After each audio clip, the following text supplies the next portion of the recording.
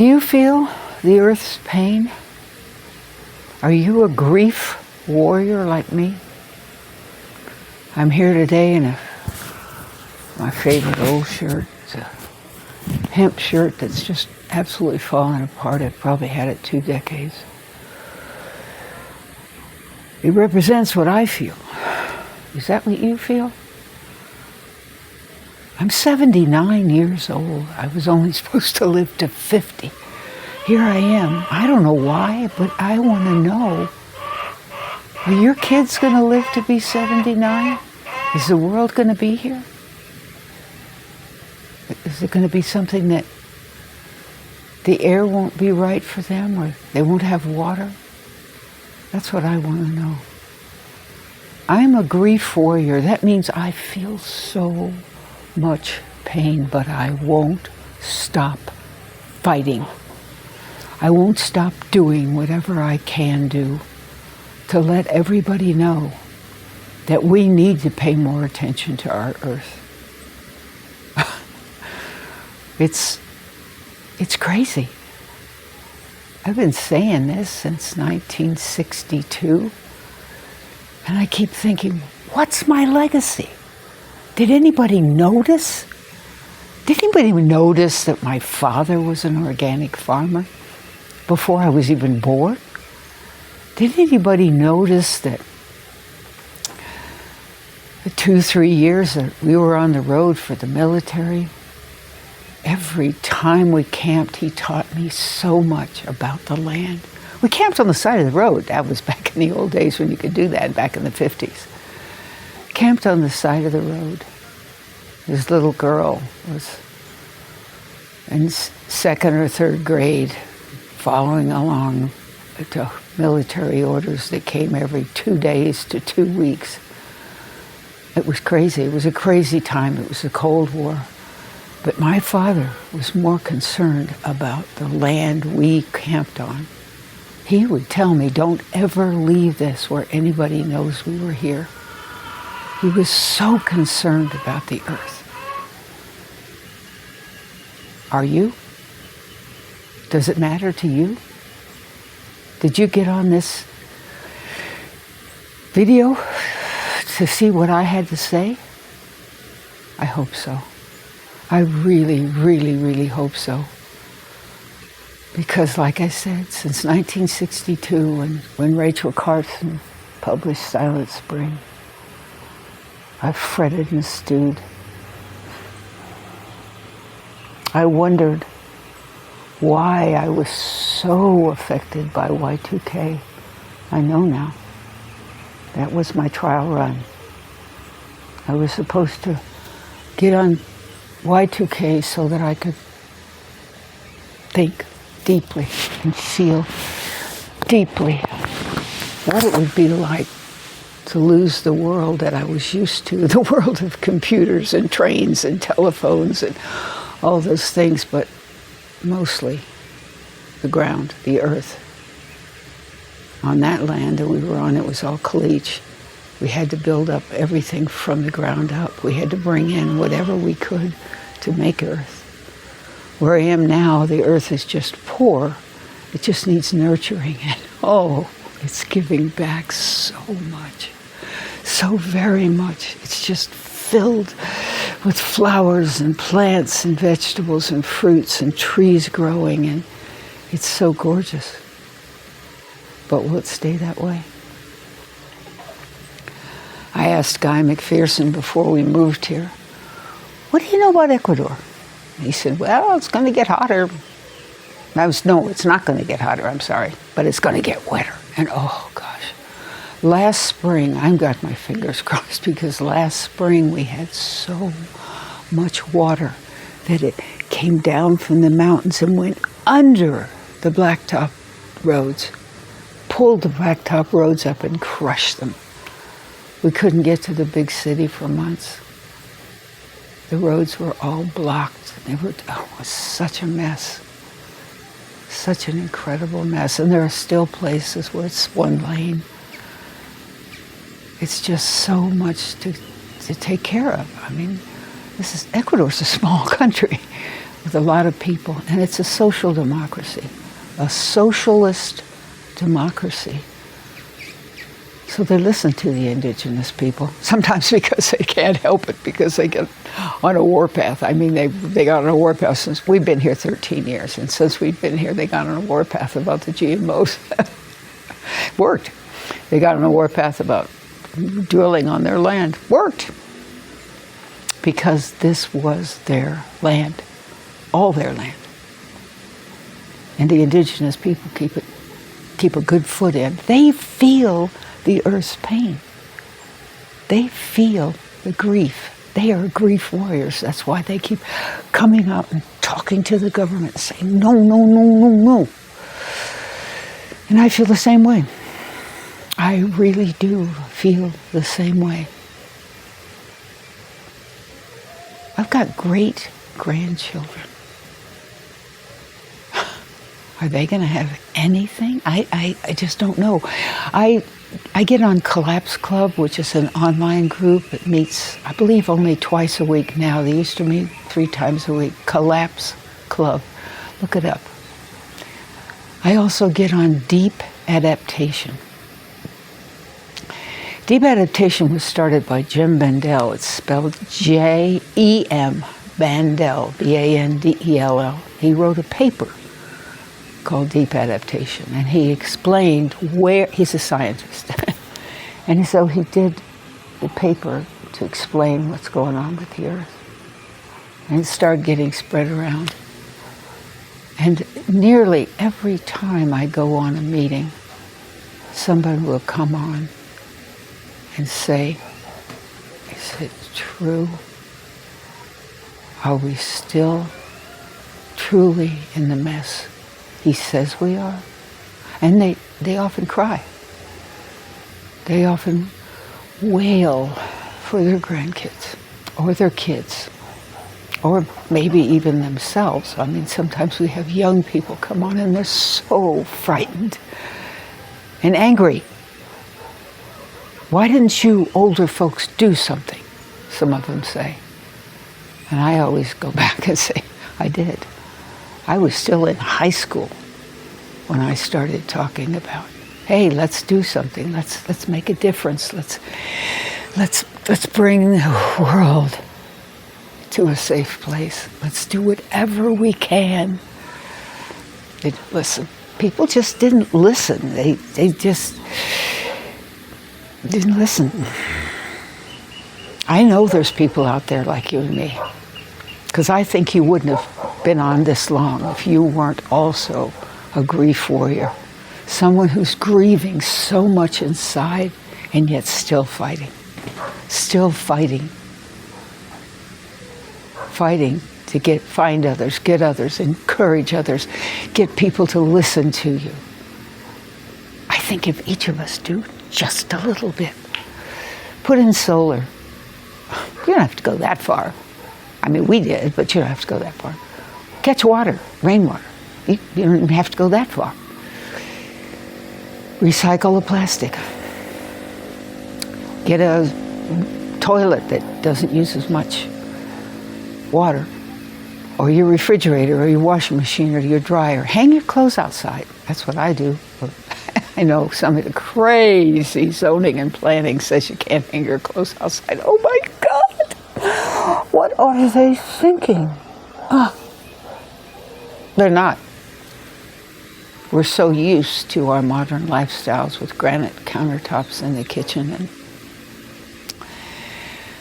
dark windows to keep some of the heat out instead of facing the house in the way that we need to, so that the natural sun heats the house, and in the winter it's so low that the house, you know, all the things that we know, all the things we could do, the types of roofs and the types of materials that we could use. There's so many things we could do. But I think if everybody did just a little bit, maybe the next tornado would be just a little less, the next tsunami a little less, and the next hurricane a little less, and the next melting.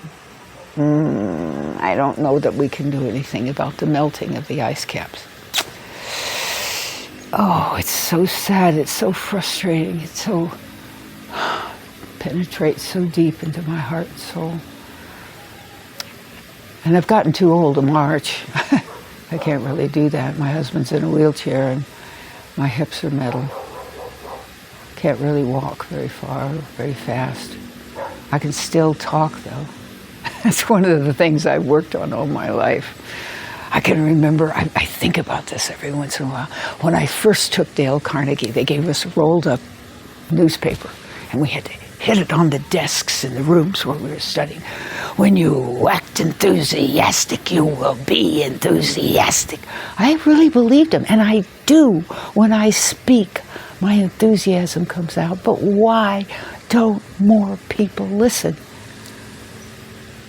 Many of us say it's because they're terrified. They can't process the fact that it's as bad as it is. They can't accept it. They have to ignore it. It's too painful. They just have to. So no, it's not happening.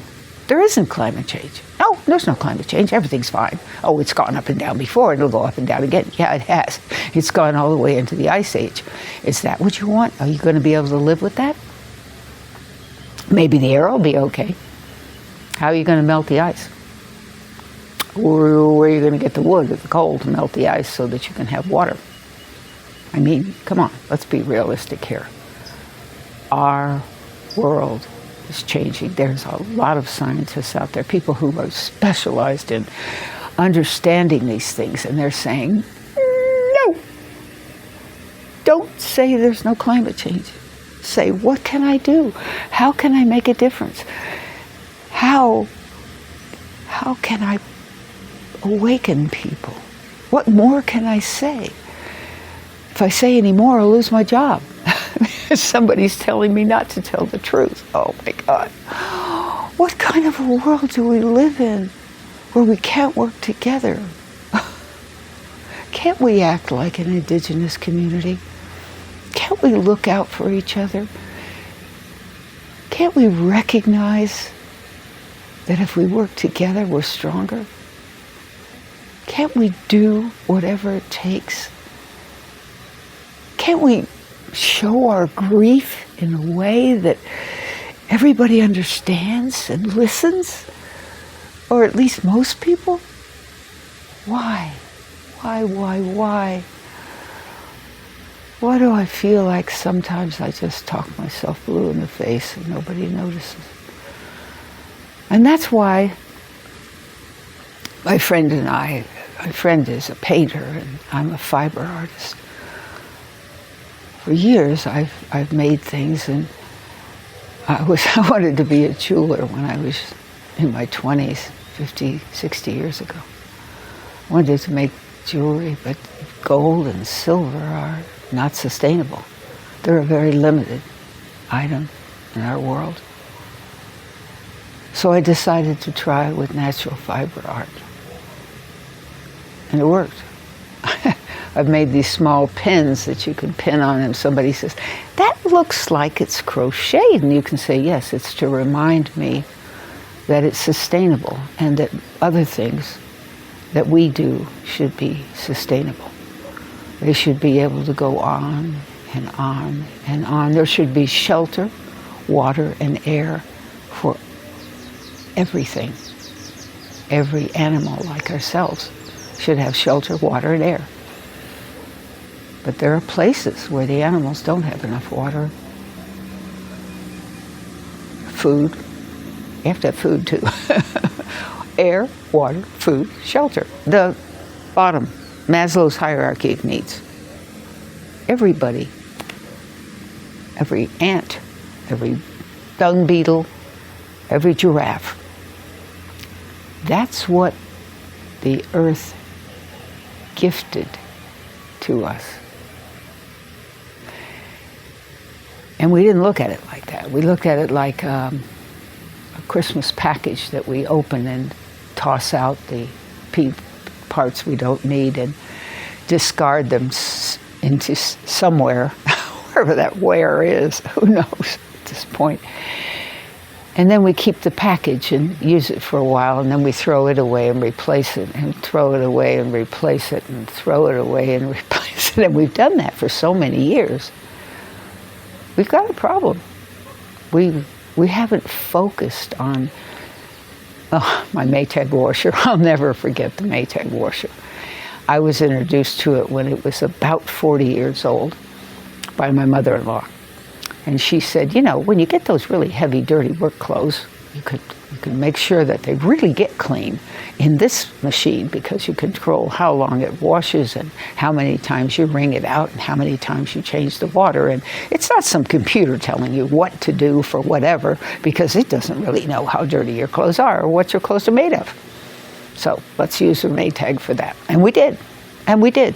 For years. We used it. And as far as I know, she had it till she died. Because I was disposable. Not by her. I was disposable by her son. He married me for reasons that made no sense. But I was disposable, just like the outside wrappings of the Christmas package. And we do that. We do that. We've made people disposable. We've had classes and categories and hierarchies and billionaires. Now we've created, when I was a kid it was millionaires, but now they're billionaires. And now they get big tax breaks so they can make more billions, so they can be the less than 0.5%, or maybe an eighth of 0.5% of the people. And they're comfortable. Well, at least they're comfortable for now, but did you know they're building communities where they can go when things get bad? When not only they go, but they take their servants with them so that they make sure they still don't have to hang clothes on the line. Wash dishes by hand. I always wash my dishes by hand. I put them in a dryer. That's a rack that sits on the countertop. And I use a sponge in my hand. My hands look old, but they'd look old anyway, even if I did have a dishwasher. Yeah, those wealthy people are paying attention. They know what's going to happen. They're not out protesting, don't get me wrong. They're not out throwing money at ways to reduce climate change. There's been several scientists that have come along with different ways to make it better, to combat climate change, but people are not paying attention. They don't care about it. They don't care until they turn the water on in their kitchen or their bathroom and nothing comes out. And when they call somebody and ask where the water is, and they say, there isn't any, then they start to walk around their house, and within an hour, they got it. Not permanently, they're just sure it's going to come back on. But they begin to feel it. Can't wash your teeth. Can't brush your teeth, I should say. Can't brush your teeth. Can't get a drink. Have to have some juice. Maybe don't have a bottle of water in the house. The rich people do. Believe me, they've got water put up, they've got food put up, they've got the things they need built underground, whatever they've done. They've done something. There's too much talk about it for them to have never done anything, but we know they've done something to make sure they have more time than you have, regardless of what happens. They have a place to go that you don't have, regardless of what happens. And you made it possible because you voted in leaders who made sure that the rich got the tax breaks and the poor did not. Because we're not thinking like indigenous people. We're not thinking that everything we have comes from the earth. When you're counting your money, try holding your breath. You'll see at a short time, you need more air. Air is that's the main thing we need. And we need clean air. I've heard that since I was little. We need clean air. We need clean water. And what I keep complaining about is we need real food. Processed food is not real food. We need real food. I have a real banana in the kitchen right now that I'm getting ready to make a smoothie for my breakfast. That real banana came out of the... See? Those are banana trees back there. Way back there, all the way back there. Those are all banana trees. That's where my breakfast comes from. Do you have any idea where your breakfast came from? Oh, and over there, by the yellow flowers, behind those yellow flowers are my chickens. And so after I have my smoothie, I'll have my eggs from my chickens. No, I know you don't live in an apartment on the 11th floor and raise your own chickens. That's true. You can't do that. And you can't grow your own organic food if you live on the 11th floor. But you can buy it. And it should be subsidized by the government. Anybody who wants to buy organic food should be able to buy it for a cheaper price because it's better for you, especially your children. There should be allowances for children to have a certain amount of organic food, regardless of what their parents can afford. All the food served in school lunches should be organic food, not fast food restaurants. Are you kidding me? My brain would have not been developed. But of course, as a special education teacher retired, I know it's the first 3 years that brain is 90% developed, and that's when they really need their organic food. So, okay, tell your government, make sure that every baby, every toddler, every 1 to 3 years of age gets organic food. That would make a difference.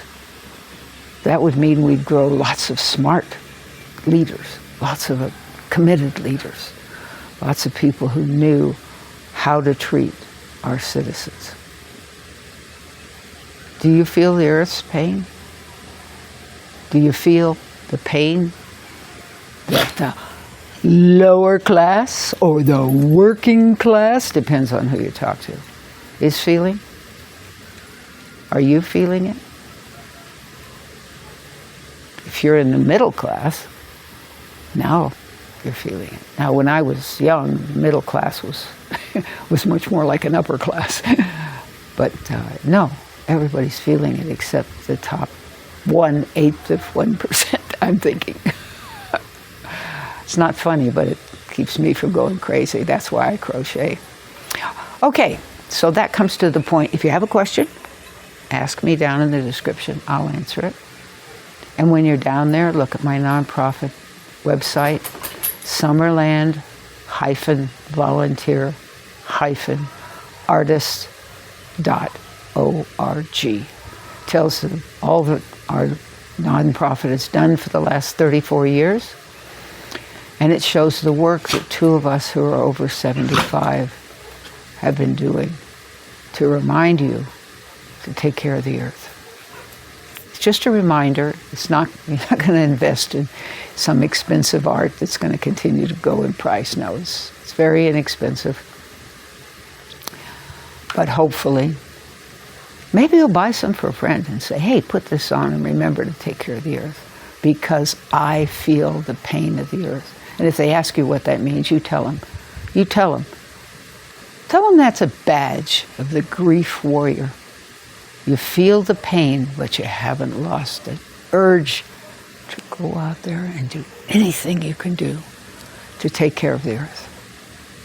I'm counting on you. I really am. Thank you for coming today. Goodbye.